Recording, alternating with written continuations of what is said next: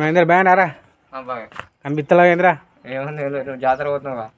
జాతర పోయినావు ఇక్కడ? నువ్వే పోయినావు కదా జాతరకి. నేను పోయినా అంటావా?